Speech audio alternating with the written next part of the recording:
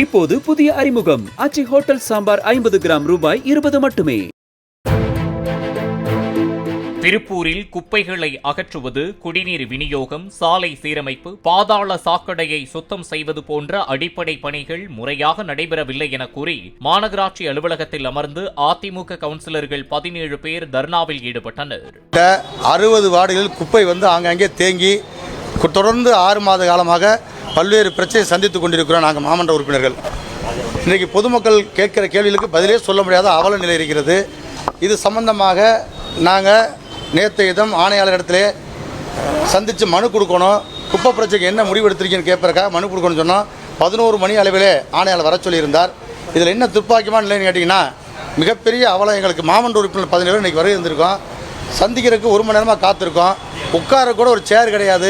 உட்காந்து அலுவலகத்தில் உட்காந்து அந்த மனு வாங்குறது கூட யாரும் இல்லை. இப்போ ஆணையாளர் 12 மணிக்கு வரேன்னு சொல்லியிருக்காரு.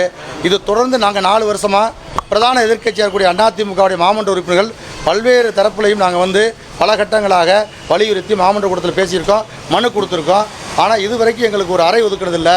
அதே போல் உட்காந்து நாங்கள் ஒரு மனு எழுதிருக்கோம், ஒரு டேபிள் கூட இல்லாத அவல நிலை. மக்கள் பிரச்சனையை பேசக்கூடிய எங்களுக்கு இங்கே நம்ம திருப்பூர் மாநகராட்சியில் இது போன்ற அவலம் இருப்பதை உண்மையாக கண்டிக்கிறோம்.